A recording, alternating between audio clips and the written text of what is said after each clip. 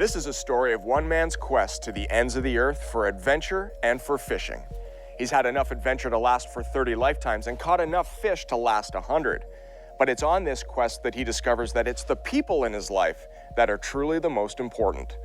This is a story told by one man, the only man who could tell his story. We're in Key West, Florida, and we're being guided by Captain Mike Gorton. This is Guided.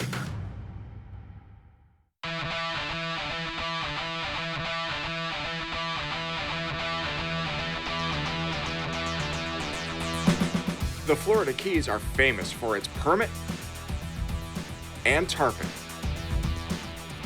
It's an adventure every time you head out on the water. But this trip to the Keys is all about hearing the life story of my guide, Mike Gorton. Why don't you lay one out on the angle your rod's at now and sweep it back in? Mike Gorton is not your average Florida guide. He's a man who has followed his passions and dreams. He's a man with a story unlike any other. Hey, Mike, where'd you grow up? I grew up in the inner city of Detroit. I was the only white kid on my baseball team. Where did your love of fishing come from if you're an inner city guy? Well, my dad used to take me fishing when I was 4.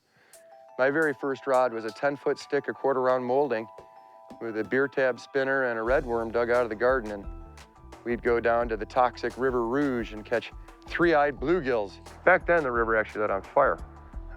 There was a guy that fell in and died 3 days later from falling in. And I got my first fly rod when my grandpa died. I was 8, and it was an old glass rod with a preen automatic underslung reel and a braided silk fly line. And when I was 9, I got to go camping with some buddies of mine in the neighborhood, and we would go on subsequent trips over our preteen years and teeny bopper years together, camping and fishing. That had me hooked. Faster? Faster? 2:30 shoreline.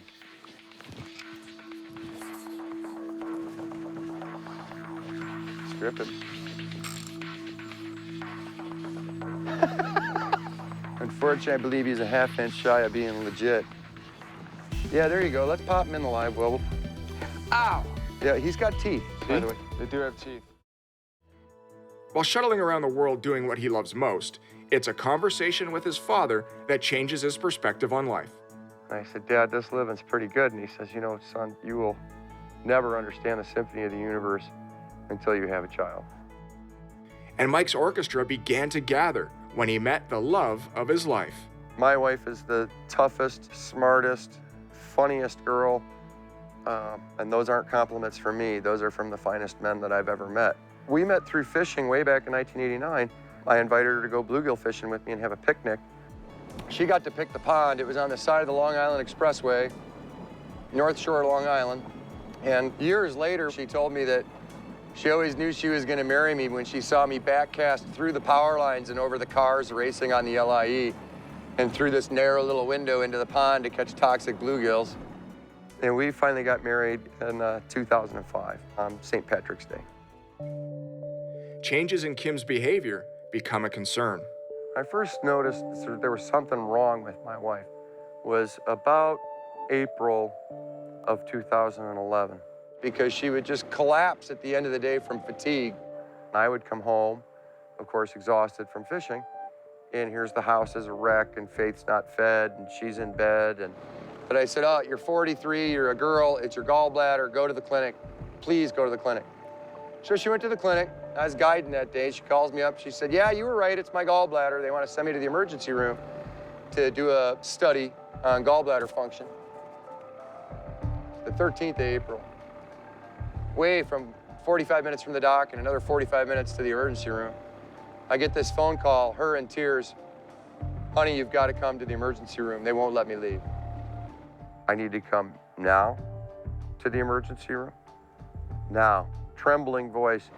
What's wrong, dear? It's not my gallbladder. There is something serious, mega wrong, and I gotta go. Coming up, Mike and Kim face their toughest challenge.